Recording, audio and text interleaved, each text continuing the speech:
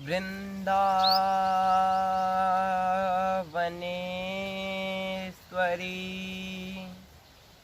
तदैव पदारविन्दं प्रेमामृतैकमकरन्दरसौघपूर्णं यद्यर्पितं मधुपते स्मरतापमुग्रं निर्वापयास्परं शीतलमाश्रयामि निर्वापयास्परं शीतलमाश्रयामि।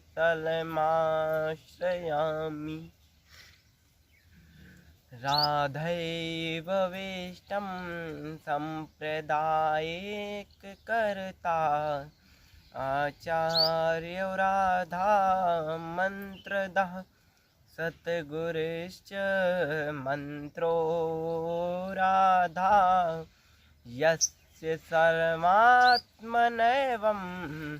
वन्दे राधा पादपद्मप्रधानं वन्दे राधा पादपद्मप्रधानम्। अखण्डमण्डलाकारं व्याप्तमेन चराचरं तत्पदं दर्शितं येन तस्मै श्रीगुरुवे नमः। गुरुर्ब्रह्मा गुरुर्विष्णु गुरुदेवो महेश्वरा गुरु साक्षात् परब्रह्म तस्मै श्री गुरुवे नमः। जय जय श्री हरिवंश, जय श्री हरिवंश। श्री राधा जी कौन थी? श्री राधा जी कौन थी? बहुत लोगों के हृदय में शंका रहती है कि श्री राधा जी हैं कौन। बहुत लोग नहीं जानते कि श्री राधा जी कौन है। वैसे तो सभी लोग लौकिक बुद्धि थे,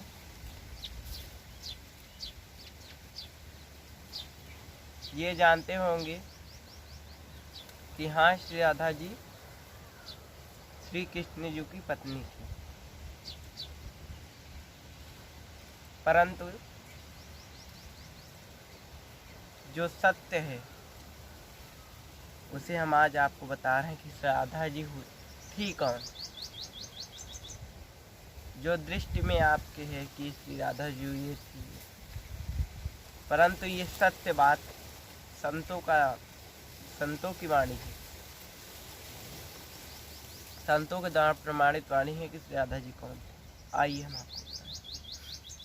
मेरे विश्वास के अनुसार श्री राधा कृष्ण तत्व सर्वथा अप्रकृत है। जो श्री राधा कृष्ण तत्व है यह अप्रकृत है। अब कहिए अप्रकृत कैसे? अप्रकृत आप जानते हैं किसे कहते हैं? मतलब अप्रकृत मतलब प्रकृति के द्वारा नहीं बना हुआ है। जो हमारे ये शरीर है पंच भौतिक, ये प्रकृति से बना है, पंच तत्व से बना है, जो प्रकृति से निर्मित है। अग्नि, पृथ्वी, जल, वायु, आकाश, ये पांच तत्वों से ये शरीर बना हुआ है। ये पंच भौतिक शरीर है, ये प्रकृति द्वारा निर्मित है। ये चिन्मय दिव्य शरीर नहीं है, ये नाशवान है, इसकी मृत्यु अवश्य होगी।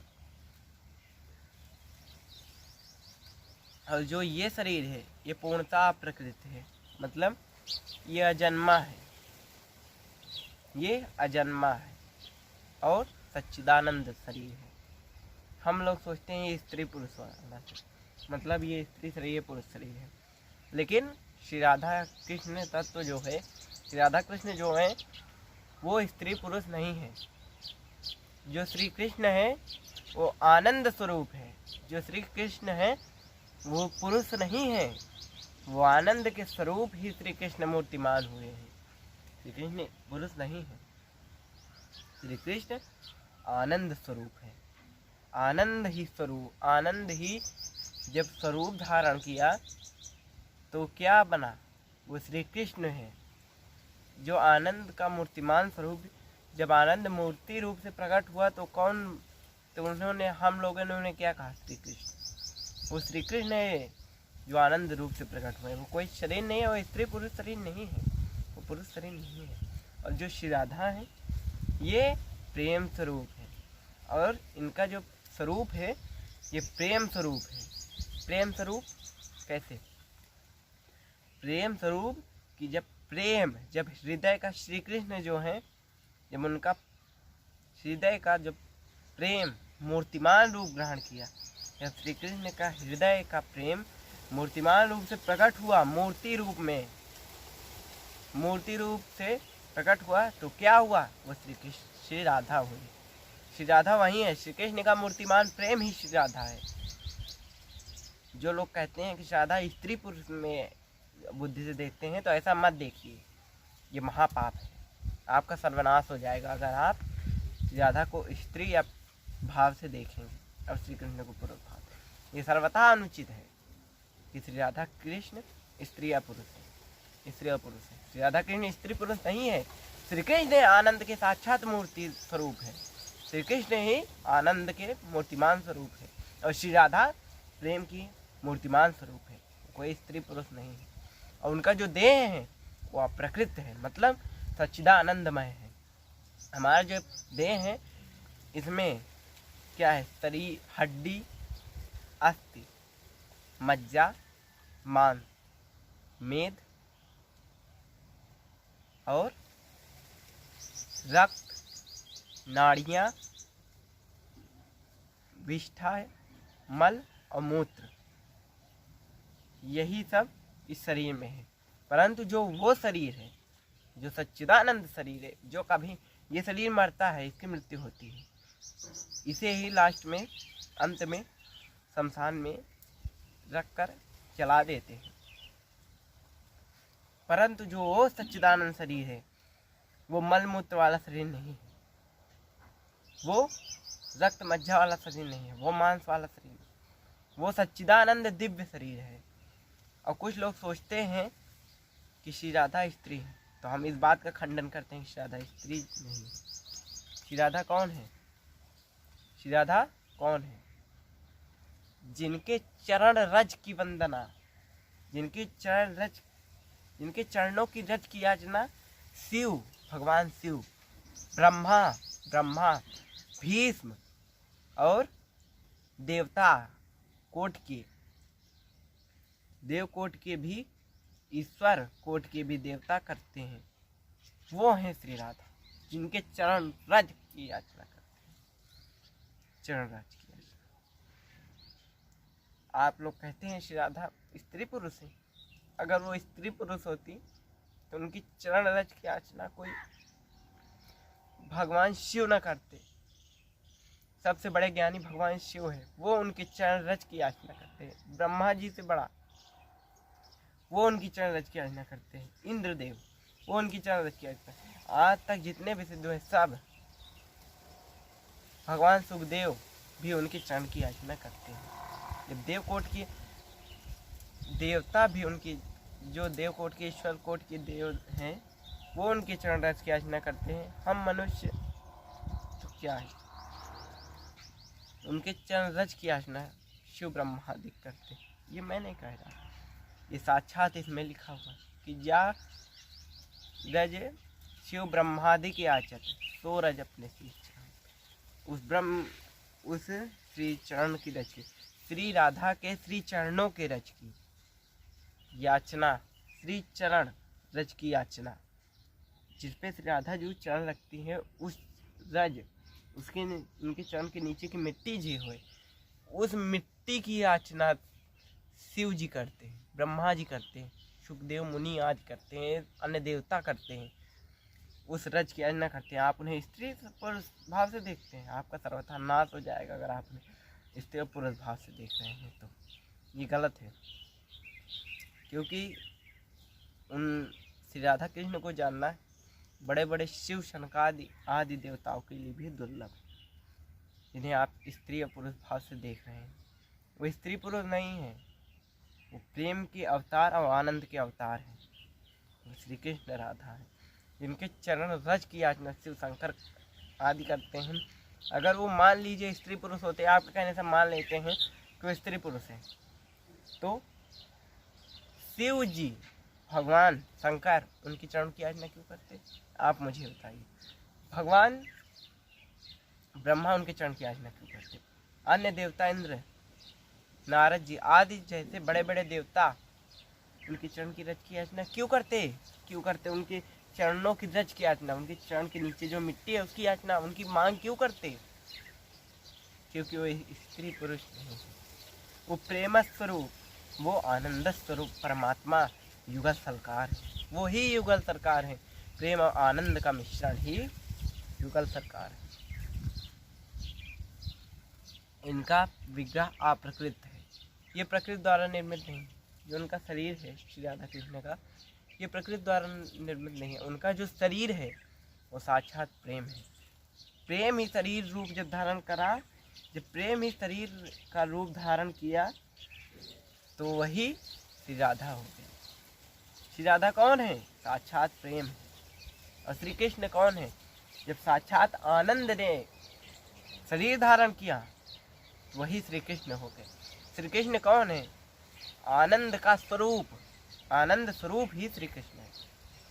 उनका जो शरीर है वही आनंद का स्वरूप है। और जो उनका प्रेम है, श्री राधा जो श्री कृष्ण का प्रेम है, वही शरीर रूप से श्री राधा है। उनके शरीर नहीं, वो साक्षात प्रेम है। जो उनका स्वरूप है, जिसे आप शरीर भाव से देखते हैं कि स्त्री शरीर पुरुष, वो शरीर नहीं है, वो साक्षात प्रेम और आनंद है। आप लोग सोचते हैं कि वो शरीर स्त्री शरीर पुरुष शरीर आप उसे देखते हैं, वो स्त्री पुरुष शरीर नहीं है, वो स्त्री पुरुष शरीर नहीं है, वो साक्षात प्रेम शरीर है और एक आनंद शरीर है। जो उनका शरीर है वो पूर्णता प्रेम शरीर है, और जो उनका शरीर है श्री कृष्ण चंद्र जी का, वो पूरा आनंद शरीर है। उनका जो अंग, प्रत्येक अंग श्री कृष्ण का आनंद स्वरूप है, आनंद का साक्षात स्वरूप है मूर्तिमान। और जो श्री राधा का साक्षात अंग है, जो श्री राधा जी का शरीर रूप से धारण किया हुआ जो शरीर है, उनका जो साक्षात अंग है, एक एक अंग, वो सारा प्रेम है। वो प्रेम ही अंग बन गया है उनका। श्री कृष्ण का प्रेम ही अंग बन गया। जो श्री कृष्ण का प्रेम है, जब वो शरीर रूप से आया, अंग रूप से आया, जब वो शरीर बन के आया, अंग बन के आया, जब श्री कृष्ण का प्रेम शरीर रूप से बनकर आया, तो वही श्री राधा बन गई। वही है श्री राधा। श्री कृष्ण का मूर्तिमान प्रेम ही श्री राधा है, जो अप्रकृत क्षेत्र में है। जो वृंदावन क्षेत्र है वो अप्रकृत है, प्रकृत नहीं है वृंदावन। आप देखते होंगे कि वो प्रकृति आपको दिखता होगा, परंतु उसका कभी नाश नहीं होगा। वो सच्चिदानंदमय वृंदावन धाम है, जहाँ आज भी श्री राधा कृष्ण क्रीड़ा करते हैं। वो ही श्री वृंदावन धाम अप्रकृत है, उसका कभी नाश नहीं होगा। आपको दिखता होगा, परंतु वो अप्रकृत है, वो प्रकृति द्वारा निर्मित नहीं है। उसे ब्रह्मा जी ने नहीं बनाया है, उसे साक्षात किशोरी जी ने बनाया है। वो है वृंदावन, वो अप्रकृत मन बुद्धि शरीर से अप्रकृत पात्रों में हुई थी। जो उनकी श्री कृष्ण और श्री राधा की लीला हुई थी, वो अप्रकृत शरीर से हुई थी। वो प्रकृति के द्वारा ये मांस मज्जा अस्थि पिंजर वेद मल मूत्र वाला शरीर नहीं था। प्रकृति द्वारा, प्रकृति का निर्मित शरीर नहीं था। ये पृथ्वी द्वारा निर्मित शरीर नहीं था, माता पिता द्वारा निर्मित शरीर नहीं था। वो जो शरीर था वो सच्चिदानंदमय प्रेम स्वरूप शरीर था। वो अप्रकृत था, प्रकृति ने उसे नहीं बनाया था। वो साक्षात स्वरूप सच्चिदानंदमय शरीर था, वो अप्रकृत था। उसे अप्रकृत लीला को जब आप देह भाव से देखेंगे, स्त्री पुरुष भाव से देखेंगे, तो ये बहुत गलत है, क्योंकि वो स्त्री पुरुष भाव की लीला नहीं थी।